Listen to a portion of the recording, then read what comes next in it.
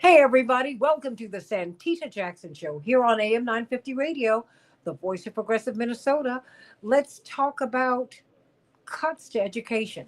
But something that you've not really heard about is something called the Campus Program. And this program provides college assistance, tuition assistance to students who are parents. I guess I'm thinking about my own parents in college, low income students who are parents who are in school.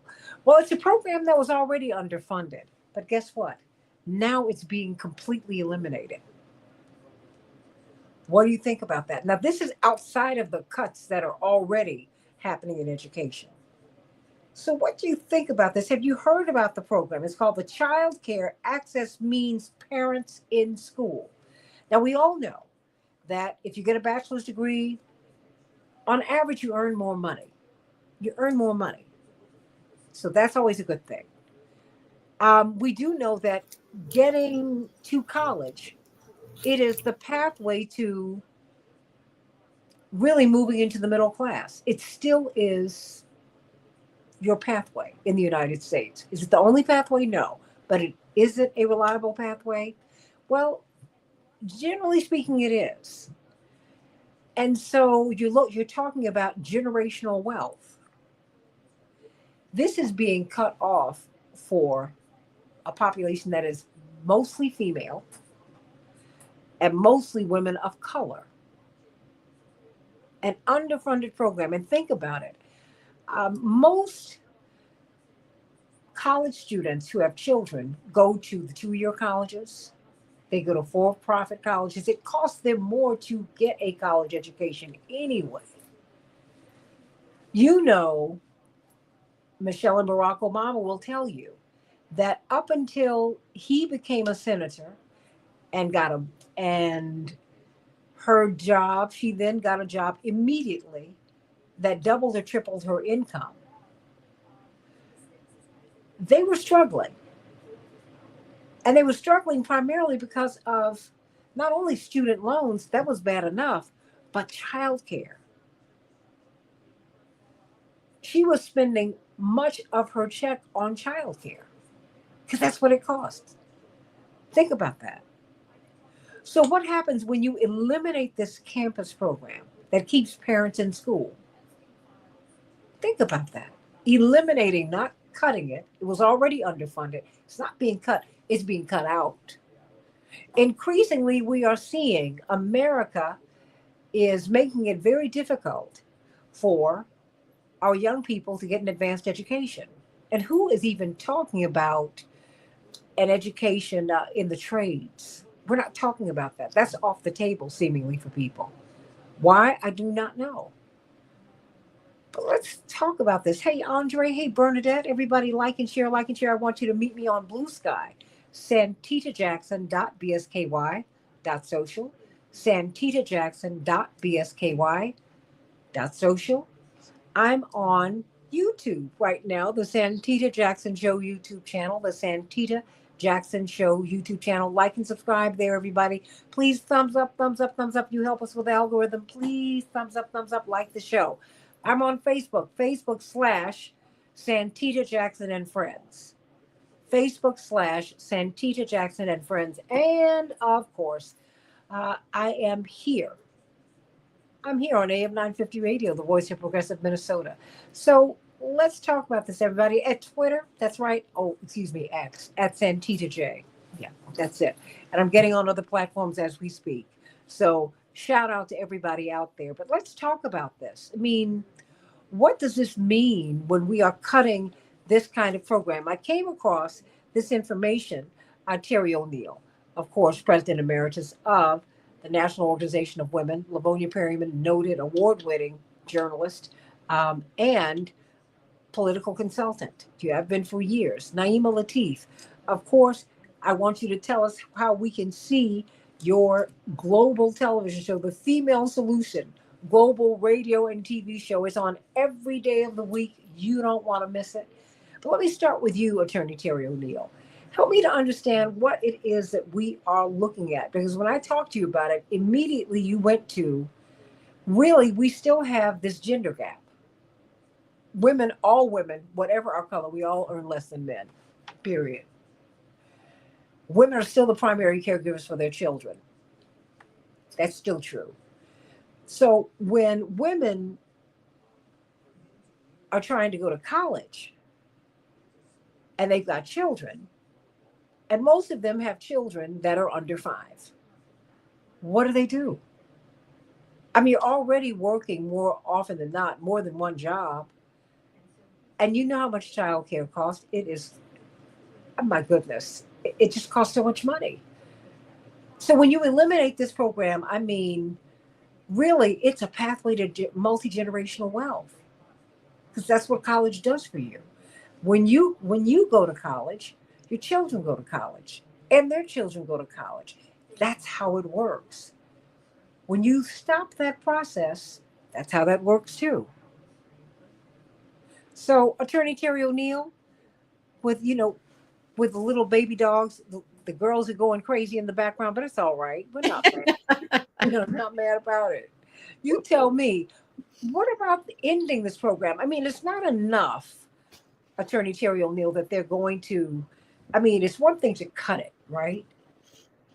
A cut an underfunded program, that is tragic enough. Mm-hmm. But they're ending it. I mean, this is something that no one's even talking about, Livonia. They're not even discussing that this program is being eliminated. Attorney Terry O'Neill. Yeah, I mean, it's really outrageous. It's only $75 million, the whole program, which tells you how badly underfunded it is. It's something like 11,000 students are able to take advantage of this program, and there's like 3 million some odd college students, either community college or four-year colleges, that are parents of children under the age of 18. So wait a minute. Say that one more time. It's 11,000 who've been able to take advantage of the program, because I don't even know if many people even know about it, right? right, yeah. 3.1 million parents. College students who are parents. Exactly. Now, not all the college students who are parents are low income necessarily. Yeah.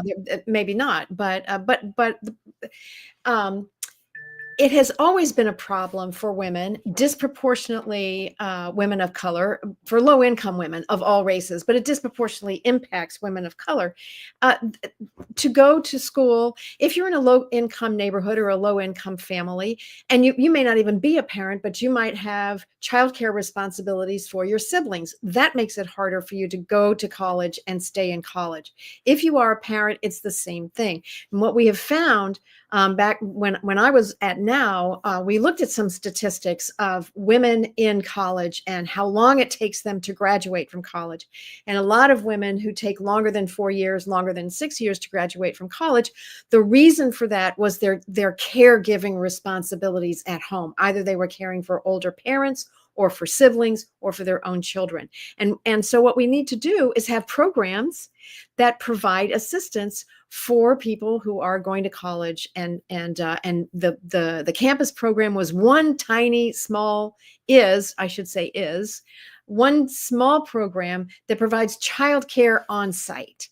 Right now, let me just also add that it is actually not that difficult to create a co-op childcare program in a college setting. I will tell you that my first job teaching law school was at the University of California, Davis. It's a relatively small law school, 500 students. There was a co-op childcare program there.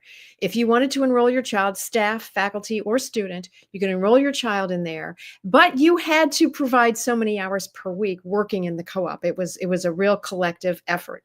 The school was pretty stingy about the level of financial support they were giving for it. So it was really something that was done by the parents, but they did provide the space and so forth. I will tell you that I advocated for that at other law schools and was told that it had to be that couldn't possibly be. There would be, the fire marshal would probably have problems if you tried to put a co-op child care. I mean, the hostility to the idea that women should be able to go to law school and have a reasonable means of taking care of their children while they're going to law school, it was just anathema. This was in the 1990s. So I'm just saying there's huge hostility longstanding hostility to the idea of women who have children going to college, community college, four-year college, law school, professional school, whatever it is. And this shutting down this program is, it's the kind of thing that will result in death by 1,000 cuts. What do you mean by that? Because it's one small program, it doesn't serve anywhere near the need that's out there, but it was doing its little part. You take that away and you've got that much less ability to actually provide the kinds of supports that a civilized government would provide for its people, right? But understand, in a country that was created as a settler colonialist country that pushed indigenous communities out of the way, so that European settlers could come in and take their land, that trafficked African workers and enslaved them. This is the country that we live in, and it's all about supporting the capitalists. So you're saying this is consistent. This is not something that should shock us. It's yes, and I see Naima and Livonia making that mouth. I know, and let me just, let me just sort of carry on with it just 2 seconds. The enslavers, the slave masters of the Deep South knew very well that they did not want their workers to be able to read and write. It was a crime to allow enslaved workers to teach enslaved workers to read and write. It was a crime for those workers to learn how to read and write. Why do you suppose that is? It keeps them disempowered. Why do you suppose they are trying to kick women out of higher education? It will keep us disempowered. It will make it so that we can't create that generational wealth, Santita. And this will all happen. It will all be done on a racialized basis, because, as you said, we are talking about targeting disproportionately women of color trying to get a college education. So this is just all of a piece of the white patriarchal capitalist system that our country was founded on, and it makes me crazy, as you can tell, but it is absolutely something that we need to transform. Well, I mean, no. I mean, it's, and I think when I saw this, it was a story that was almost buried, Livonia and Naima, and I said, wait a minute, this is and when you see that, I mean, as Terry correctly pointed out, 3.1 million American college students have children. Only 11,000 people had access to this program. It was underfunded, and I don't know how many people had access to it. And so, well, let me go to you, Livonia, and I might mute myself because we've had some of these issues, but I don't think we're going to have them tonight. So, what's on your mind? What do you think? Well, the good news we will not have them, because I had a check it out. But I'm so pleased to be able to share with the audience and the colleagues that are sitting here. I want to say hello to everyone. But this situation only is symbolic to what Terry has just said. This is ongoing. It is a situation where the government that is in power right now is saying that the women, and the numbers will show it, especially women of color, the majority of people who are in college today, the majority of people who are graduating today in the African American community and the brown community are females. This has been going on for 5 years to 10 years. Let me say it again. The majority of graduates today were women of Black and brown color. That is a fact. It has nothing, HBCUs, mainstream colleges. And so the government that is in the White House today is seeing that this situation is the gut, and they're trying to pull the guts out of the community. The women are the ones, along with the men, I love you men, the women are the ones who are carrying the burden of survival in our community, taking care of the children and taking care of their men while their men go to work. The majority of the women decided to go to college in the last 10 years. Just so everyone knows, African American men, they decided to go to the trades and they decided to go to work. Many of them decided not to go to college right after high school. These numbers are there. You can Google it all day long. So what we know, the White House knows. Congress knows also. So how do you cause imbalance in a community? How do you cause disenfranchisement in a community? You do just what Terry said. Look at the history. You prevent them from reading, from writing, from praying, and loving the ones they want to love. Those four elements, they are throwing them off balance today. And that is exactly what is happening in Congress. So this is not surprising. The program was a symbolic program. Obviously, if you only have $75,000, that's a symbolic program. 75 million. But I mean, 75 million. Yeah, but when you got, no, you're right. But when you got 3.1 million students. Yes. I mean, 75 million is a symbolic program compared to the overall budget. And they dug deep to find that.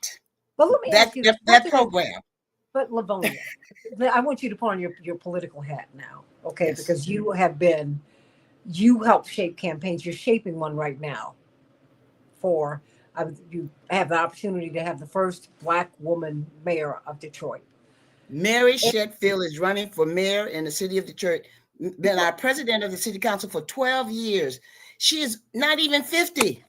Well, but what's important to me is what she and Rashida Tlaib and people like that, Ilhan Omar, with these women. And I'm a woman, I'm on team men. I support men all the way. Love you all. Me too.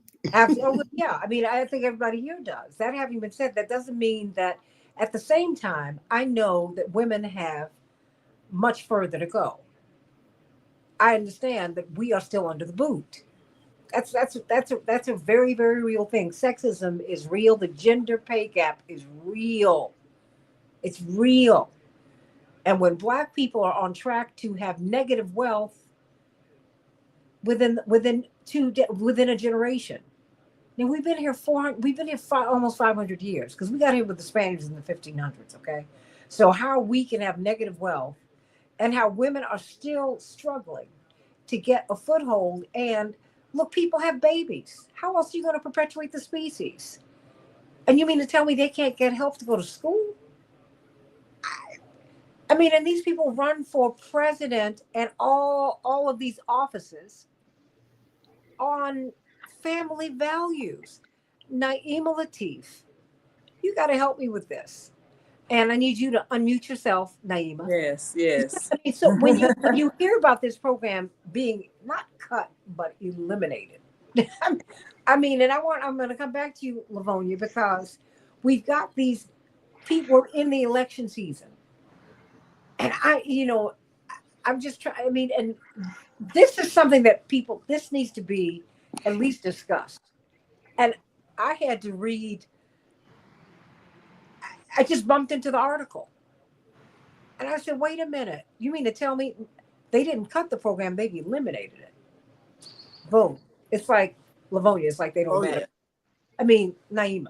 Right. Well, like it said, you look at what is the intention behind this kind of thing and what has been the financial strength of our community. It has been the women. We've been balancing it. We've been taking care of the children, educating them, getting ourselves educated, getting these high-powered jobs. We have been the financial stability in our communities. So a program like this, what does it do? Destabilizes us. So we have to know that there's a real intention behind this and have a game plan to offset it. Now, you mentioned, Santita, earlier about the absence of the trade schools and why is that not happening? Because we saw that being eliminated early on as well.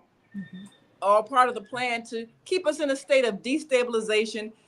So when you don't have options, you have to pretty much do what people tell you. You have to take the low-paying job. You have to take the slave labor because you don't have another option. So knowing this, we have to be very strategic about what we do and what we advise our children to do when it comes to higher education. And as always, we got to put our money where our mouth is.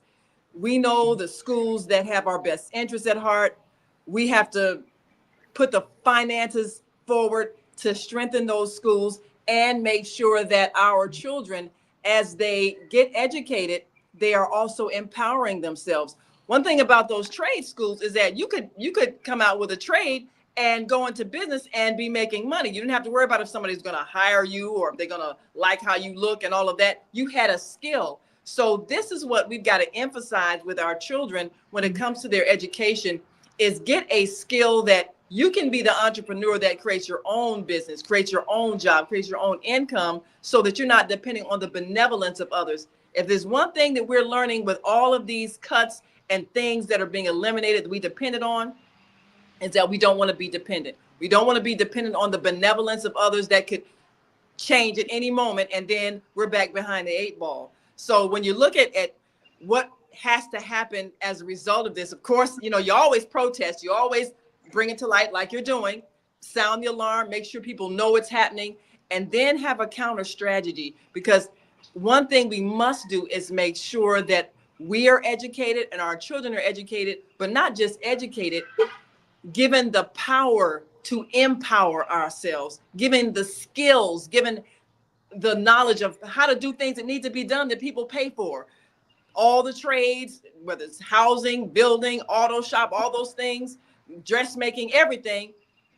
And then when it comes to our education institutions, we got to finance those institutions that are supporting us, because at some point, those are going to be what we have that we can depend on.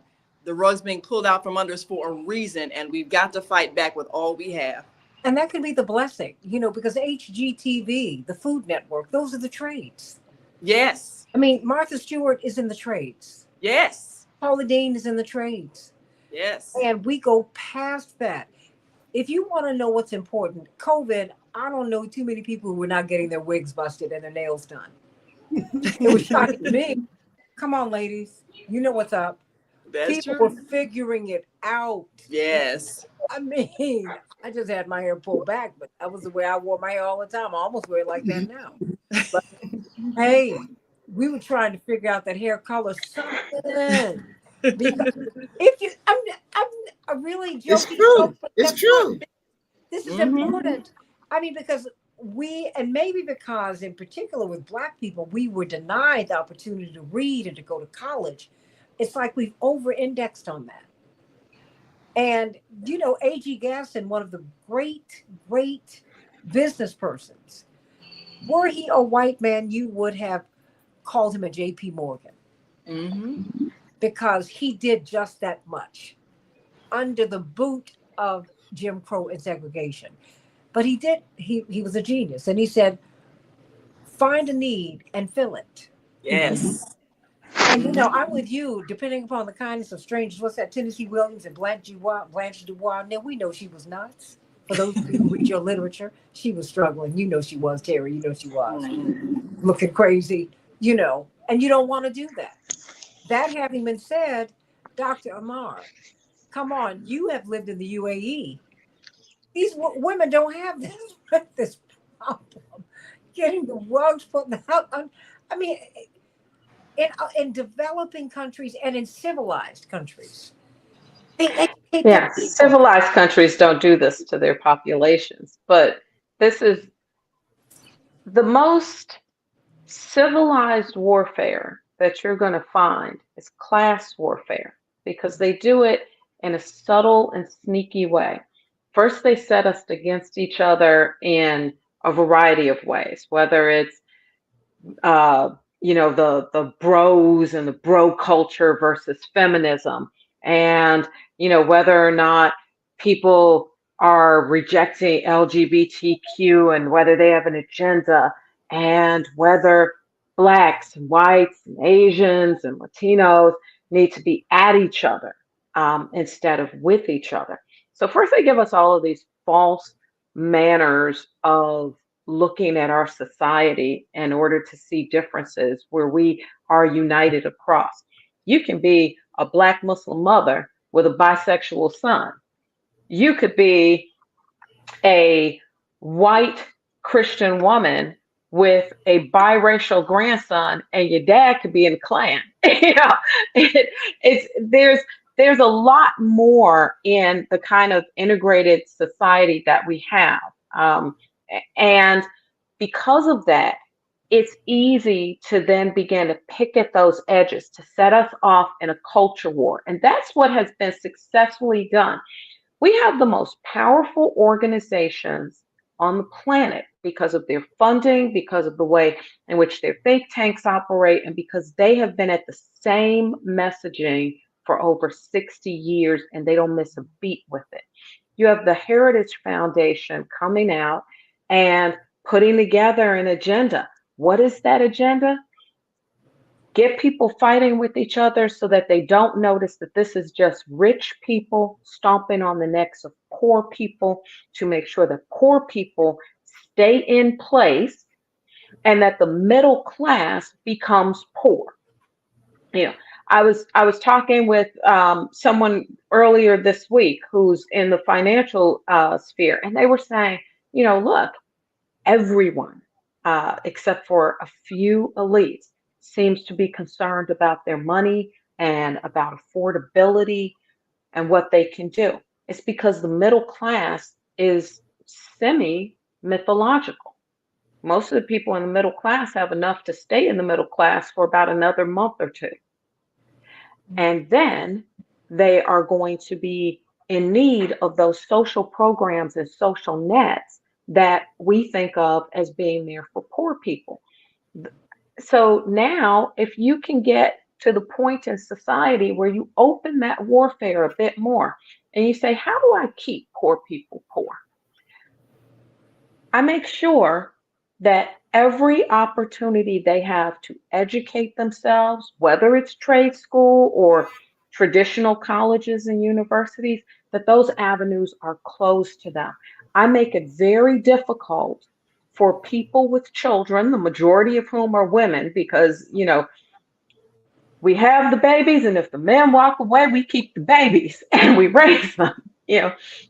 So all of these women who want to be in school, who want to be empowered, who will sit at a kitchen table and study with their children, who are then learning the value of education by example. We can cut all of that off if we make it impossible for this woman to go to school and take care of those children at the same time. We ensure that there is a large class of very poor people, because you can't have ridiculous policies like, we should bring back manufacturing that's at pennies on the dollar per hour, and people in the world who are making less than $100 a month. How are we supposed to compete with that as Americans? Like Sister Naima said, if you are poor enough and have no options, then you are stuck with the crumbs that the rich people are trying to give you. So you can educate in many, many different ways, but know and understand that until we stop this nonsense of dividing each other over issues that are less important than our survival in dignified ways, we will lose, because the very rich are very united and we are fighting over nonsense. And they are, you can see how united they are by their priorities. And Absolutely. now we're coming into the upside of the system is that we just came out of an election and now we're going into another set of elections. Okay, so I asked you just before I pivoted over to Naima and to Dr. Amar. Livonia, put on your hat, because you have more women who are moving into prominence, Terry O'Neill, and I'm going to pivot back to you too, into office. I mean, we're becoming mayors, governors, on the precipice of becoming president. We've had a vice president and all of that. Mamala, bless her heart. And so, I mean, it's not that this is solely a woman's issue. It's not, Livonia. But I think that No. women do bring another sensitivity to it, because my mother said, look, let me tell you something. Babies belong to you. She said, there's a blood tie. There's a reason. You said men can't breastfeed. See, my mother just comes at you like that's not what they do. And they don't bear Right. children. She said, that's not what they do. And she said, you are fortunate if you have a man to help you with your child. Now, you know, Naima, you know my mother a long time. My mother keeps it 100. She said, She so, does. okay. So this comes now, and she said, I've been very fortunate because I had a husband who supported me and supported this. And what did my father say? We've been married 63 years and we have not. And I make all the decisions. He said, unfortunately for me, nothing important has come up in all of this time. So, you know, I mean, because I think that women, I think that we look at soft power as no power. And no one is more important than the mama. The hand that rocks cradle rules the world, which does not mean daddies are not important, because God knows I know that they are. But this does disproportionately impact women. And quite You're frankly, absolutely correct. but it impacts people who want to be parents. Because you have a lot of fathers out here. I mean, the most involved father, ironically enough, it goes against the narrative. It's the Hmm. black father. Up until 5, Yes. and all you have to do is walk up and down Lenox Avenue in New York. You can walk up and down the avenues in Minneapolis, St. Paul, in Chicago, Detroit, everywhere. And you see these black men walking around with these children wrapped around their legs and waists. And they are happy to have them. But I mean, what is this, Livonia? How do we get this issue on just onto the campaign blotter? I mean, because I just had Norman Solomon on earlier today, and we were talking about Roots Action, which is they have been calling for the DNC, Terry, to have an emergency meeting, which Hmm. they refuse to do. They've not even done a postmortem. They haven't even done a postmortem on 2020 or 2016. It's insane. And this is an issue to me that is tailor made for the people that you feel that you need to vote for you. Livonia, it's not enough for nobody Right. has that much hatred for Trump, and they shouldn't, because spiritually it's unhealthy. But that's not But even the point. It's like, what are you doing for me? right. I'm glad you brought that up because I did have a conversation earlier today, and it's a conversation that's going on all over the country, but it's resting all over the country. The name of Stacey Abrams came up. I live in Detroit, Michigan. The name of Stacey Abrams came up, and the powers that be are concerned if she's going to decide to run for governor. I mean, Really? they are concerned. I mean, this is a conversation that's going on, and the donors and the party is a little nervous about Why? should she step there. Yeah, because once again, the power of the woman, the power that she actually carries. So right now they're looking at trying to chip away and cause chaos around the conversation. They're not talking about lifting her up and carrying her forward. They're talking about why. Why would she get in the middle of some white boys deciding to run for governor? Why would she do that? This is This is the chaos. nonsense that people are tired of the Yes, Democrats doing. This is the sheer nonsense. The Democrats yes. need to start listening to the people. The DNC should have met. They should have open debates, and they should stop trying to hand us our grandfather's Democratic Party. Remember the commercials that said it's not your grandfather's Oldsmobile? It Oh shouldn't be God. your grandfather's Democratic Party, right? Oh, Just you. I You Well, go agree with way you, I back. think Livonia. It sounds ridiculous. That's a way I back think a machine. But Stacey okay. Abrams message is strong I'm enough. old. Me and too. and, and, and just so everybody will know, and this is a fact of life. I'm looking at and advising and putting on my political hat and saying to the women across the country who are running for office, I said, if you're attractive, this is a fact now. This ain't something I made up. Mhm. If you're young and you have something to say and you're educated, those points are used against you. Mhm. Hear me. They are actually used against an individual who is qualified, who has worked her way up to be all that she could be in America. America asked us to be all that we could be. One, educated. to be polite, to be civic engaged students and citizens, to take care of our children, take care of our families, lift up everything. All of those things. I'm using Stacey Abrams as an example, but there are other women who are running for office. There are women in Congress. There are women who are attorney generals are being berated, demised. They're talking about their personal lives, and it's causing chaos around these individuals. What does it do? It prevents them or have them reconsider running for office. Think about that. Which is Some of the ridiculous. best leadership may not ever be heard. Well, because And they don't have Stacey, the money. That's why our Stacey- voices have to be louder. Our voices have to Right. be louder than the opposition, because Stacey Mhm. Abrams and women like her, if they have a powerful enough message, if we keep reminding people of what happened when we voted for that other person, we ignored the strong message. If we keep reminding everybody why they're mad, and then we keep repeating the message that we want to hear and the kind of life that we want to live based on the right candidate getting elected to office, we'll remind people to ignore the nonsense and keep focused on what our goal is. We can win this next time. And if we want to be angry, use that anger to motivate people to vote for who we want to vote for. Keep reminding them this is what happens when you don't listen to your common sense. Now we can go ahead and do the right thing in the next election. But what we also have to do, in furtherance of your point and everyone's points, we have to expand our sense of what a good public servant looks like. That is Yes. just, That's true. they can't just be doctors, lawyers, Indian chiefs. Yes. No pun intended, and no offense to anyone. No.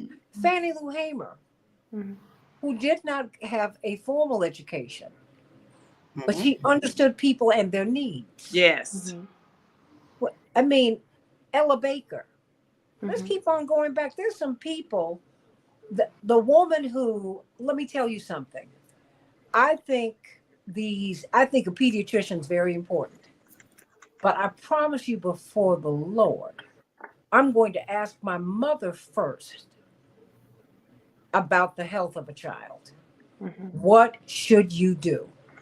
Because she has successfully raised 5 children to maturity. Okay? Our doctor, Dr. Runner, God rest his soul, used to ask my mother, wait a minute, your children's blood work have come back. Their immune systems are so strong. Jackie, what are you doing? She said, cod liver oil, blackstrap molasses, this, that, and other, and I limit There you their go. steak meat, and I do the. He was like, whoa, wait. She said, no. That you asked me what I'm doing. This is what I do. Okay. Yeah, and I don't have a lot of junk. Now my brothers went out to the store and they got their junk. You know what I'm saying? Yeah, I'm renting you out, Jesse, Johnny, and Yusuf. Yeah, I did. Jonathan was the worst. He had these big. Half of his closet was stacked with his Snicky snacks. I was like, but that was. oh, I love you, Johnny. Don't get upset. I just spoke with him. Bless his heart. But Terry O'Neill, I mean, how do we put this? And I'm so glad to see you, Dr. LaShawn Latrice. I'm going to come back to you in a hot second. But Terry, I need you to put on that political hat, you and Livonia, because you all direct these campaigns, and Naima, you do too. We're all active. Terry, I mean, don't you think we should at least be talking about this? I mean, I'm not waiting for the Democrats, Republicans, Independents, anybody to bring this up. We should be bringing this up. We need to bring this up. We need to understand that there is no hero out there that is going to come and rescue us from the problems that we're having. And look, there's a lot of Democrats that are funded by big tech, Silicon Valley, by Wall Street, by crypto. Right. We just had, there is a scandal brewing in Congress right now. It seems to me to be a scandal where you have some 14 or 15 Democratic senators who are going to vote for a deregulation of the cryptocurrency. And these same senators have been massively funded by crypto billionaires. And this is a huge problem. This is why we cannot rely on any politician to come and save us. Why? Because thanks to Citizens United, the billionaires, the corporations, big tech, big pharma, big Wall Street, they all every single year they buy and pay for more politicians and more politicians and more politicians. So what we have to do is we have to support candidates, especially including candidates if they're at the local level, that they're not taking any developer money. If they are at the state level, they're not taking corporate money, as much as they can get away with running a campaign without taking corporate level. We have to have politicians that will absolutely say, if you elect me to the United States Congress, I will pass a law that prohibits members of Congress from trading in stocks, because that is an absolute, that's just corruption to allow Congress people to trade in stocks. They're making laws that have impacts on those very stocks. Harry, is that, wait a minute, hold on. I don't want to go past that. That is so crazy. No. That is it's so corrupt. Yes. And there are Democrats that are opposed. There's a law pending in Congress. It has been pending people keep introducing it in Congress after Congress after Congress for at least like 5 or 6 years. Democratic leaders oppose the prohibition. It's a bipartisan betrayal. Nancy Pelosi made exactly. Money. Exactly. Look, class warfare has cut into both parties. And while I agree with the spirit of what Naima was saying, no, what I'm saying is I agree with the spirit of what Naima is saying.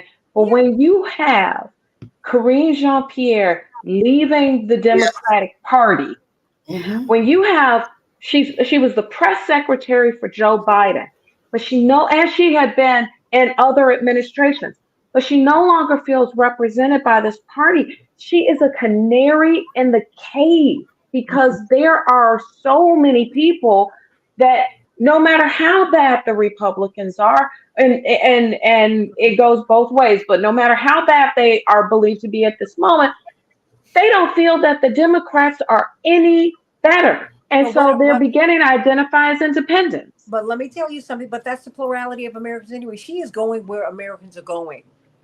Exactly. I'm not taking anything away from her. I'm simply saying that she's not really an outlier now. Because Americans, the plurality of Americans, independents outnumber individually in aggregate Republicans and Democrats. They do. 43+%. And until the Democratic Party represents a real change, stands against the policies that people are rejecting from the Republican Party, people see them as peas in a pod. What am I going to get if you're elected that I'm not going to get if the next person's elected? That's what you saw play out in this election. People began to say, well, how are the policies that are important to me going to actually be different under a Democrat versus a Republican? And so people who could have voted sat out. People who did vote didn't vote for everyone. People voted for down ticket, but may not have voted for the top of the ticket. The Democratic Party has not even bothered to understand the electorate that is begging for real representation. And that's a shame. They're not doing what the Republicans have done. I'm going to you, Dr. Latrice. The Republicans have not liked Donald Trump. I repeat, they have not liked him.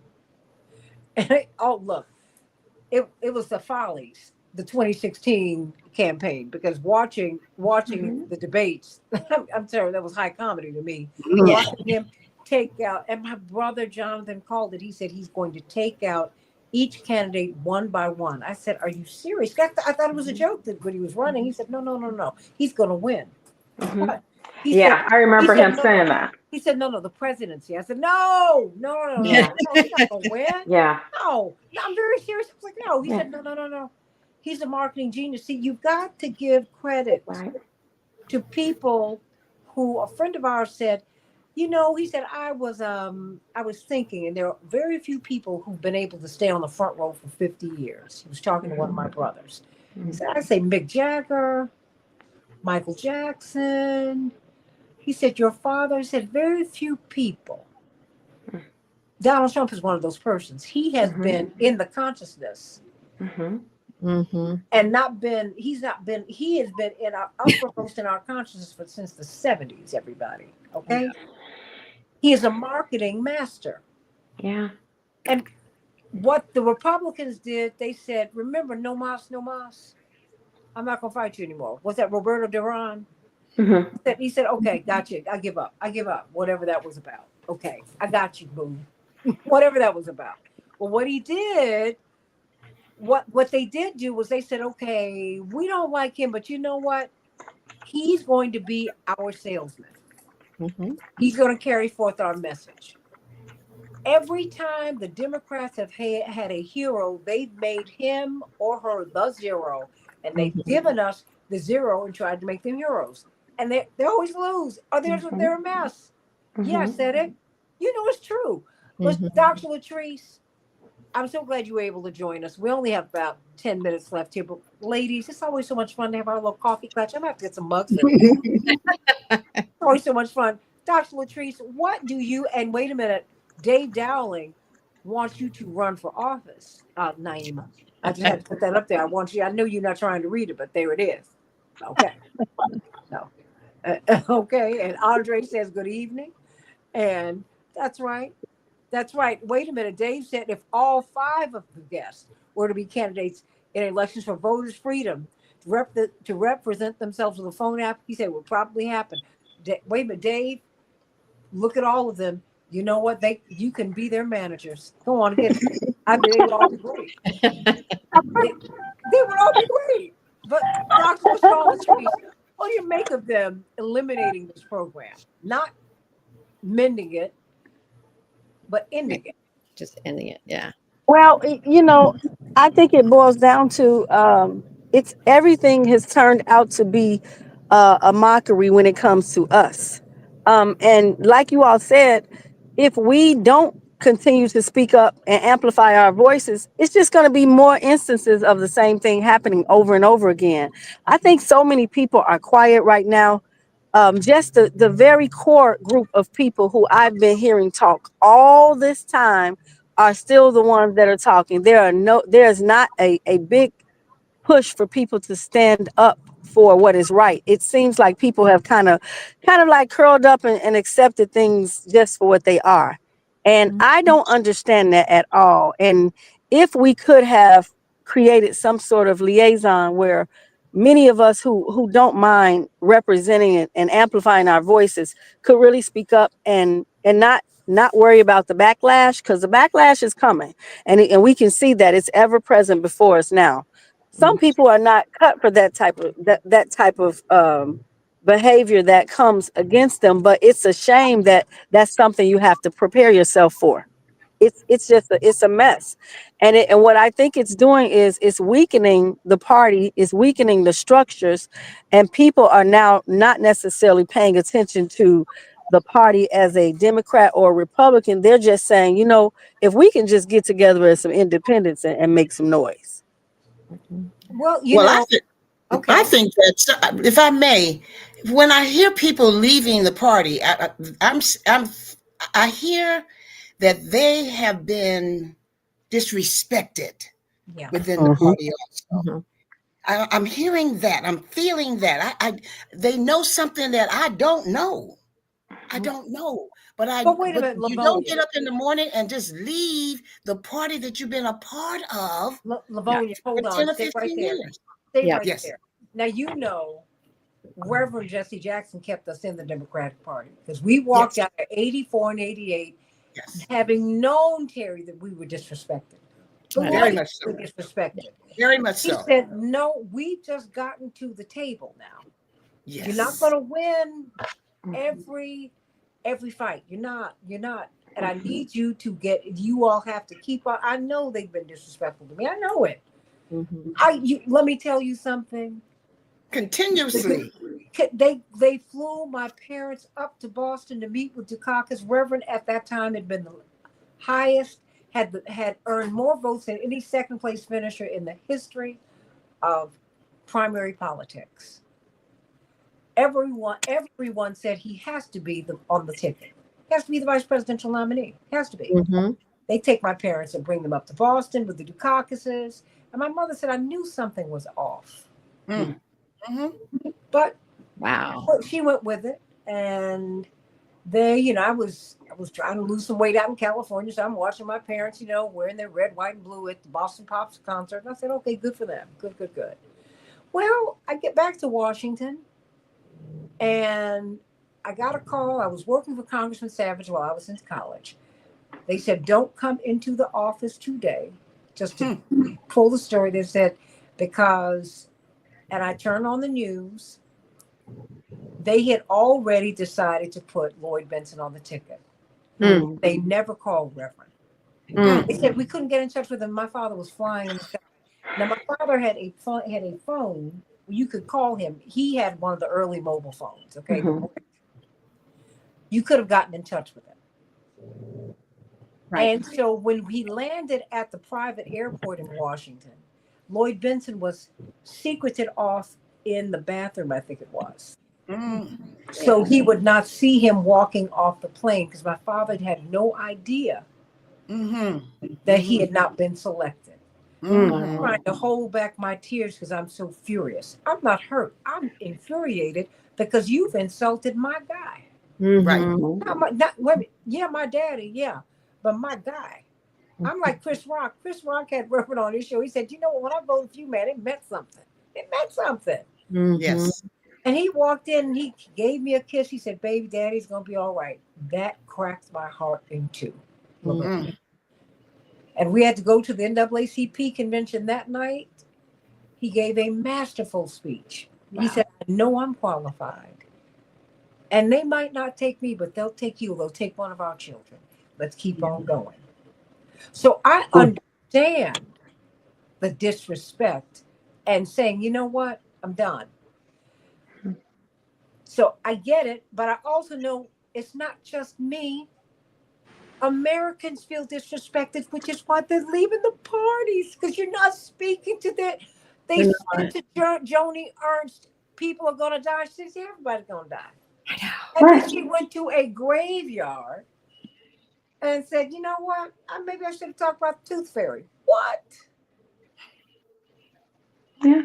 3.1 million students in the United States of America, college students, have children.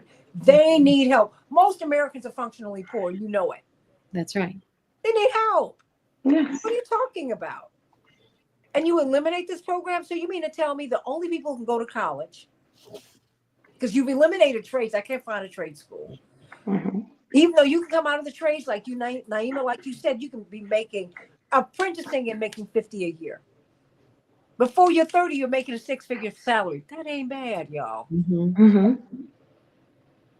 Okay, I think that's a great thing, and benefits too, and no debt. Right. Yeah. So wait, it's like they're creating a permanent. To your point, Alia, a permanent underclass. Yes. And that Absolutely. is what is so dangerous here, ladies. I only have a minute, literally, for each of you. I promise you we're going to come back to talk about this. Isn't it always nice? And I know you guys, I know you all up in here tonight because you know you love watching all these beautiful ladies. That's right. Now, of course, the only one who's got the beautiful headdress is Naima, and she always does this. Now, I'm going to leave it alone. I am not mad at her. She's always dressed. I've never seen you not dressed, Naima. Ever. Oh, wonderful. I'll try to keep it that way. No, you don't have to try. It's every time I see her, she's completely, literally from head to toe. It's like, okay. Looking like a Parisian model, but I ain't mad at you. Right. From Johannesburg. Ow. So tell me, what's your closing thought, Naima? And wait a minute. First, how can we see you on your TV and radio show? Well, every day, The Female Solution, 7 a.m. to 8 a.m. Central. You can see us on our YouTube channel, The Female Solution. You can see us on our Facebook channel, The Female Solution, and on our website, thefemalesolution.com. It's got all of our hosts and all the various platforms that you can also see us on. So see us every day, 7 to 8 a.m. Central Time, Monday through Friday, and 12 noon to 1 p.m. Saturdays and Sundays. And we're always talking to the world. And one of the things that I would say, this is a time to strategize, just like the butterfly is forming inside the cocoon as a caterpillar. This is our time to organize, and we really can win this next fight. We know that we have the power. We have to, all of our media outlets, all of us independent voices, we have to keep sounding the alarm. We're going to vote differently. We can use the Democratic Party, because we know they disrespect us. We can use the Democratic Party to get in where we can. Those candidates, those that can't, if they run independent, that's fine. Vote for the candidate, vote for the causes, and we can win. And Dave Dowling wants you to run for office, but he wants everyone to. Dr. All Amar, right, I'll think about it. you should. Dr. Amar? Get up in the morning and decide that you matter and your neighbor matters. Decide that the people that look like you are not the only people that you care about. Decide that the people who have needs that are different than yours have the same needs as you do. I don't care where you get your messaging from. It may be spiritual messaging, it may be poetry, it may be writing. But we have spent a lot of time on this planet as human beings simply saying, I think the majority of us matter. I think that nearly everyone matters. And we need to change that just a little bit. Everyone matters. Even the people that we think are against us, they matter because we've got to make some plans. We've got to do some things. That is the revolution, okay? The revolution is recognizing that all of the people who want to divide us are very, very small group. You know, you could probably put them all in one apartment building, one high rise. But the remaining 8 billion people on this planet are connected economically and in every other way imaginable. And that is our superpower. So use it. That is it. Dr. Latrice, less than a minute. I just want to say that if we continue to have discussions like this that are very intentional and include as many people as we can in the conversation, we can strike so much harder and so much louder with the stronger force of uniting. And so whatever your cause is and whomever you disagree with, just find out what you guys have in common so that you all can stand in unity. Lavonia Perryman.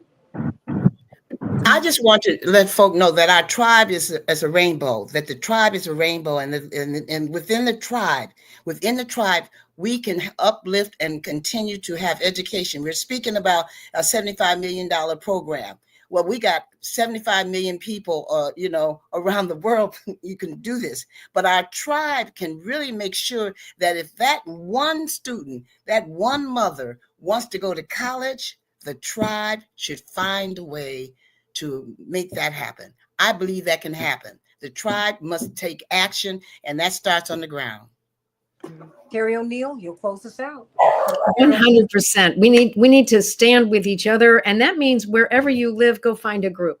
Find a group that you can work with. Yes. Cannot rely on some other hero that's out there that's in Washington, D.C. It's got to be us, and we have to link arms together and work together. There are groups out there, and if we keep building communities, we can overcome this splitting us apart against each other, this hyper individualism. We need to come together collectively in community, and we can win. 12th, 13th, 14th of June. The Rainbow Push International Conference is actually going to start on Thursday night. We have our gospel concert at Fellowship Missionary Baptist Church. You need to be there. We need to be together. Dave Dowling hit it on the head. The White House looks like it will outlaw going to any university within 18 months.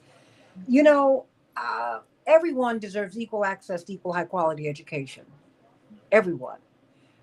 It's not a constitutionally protected right, but it needs to be.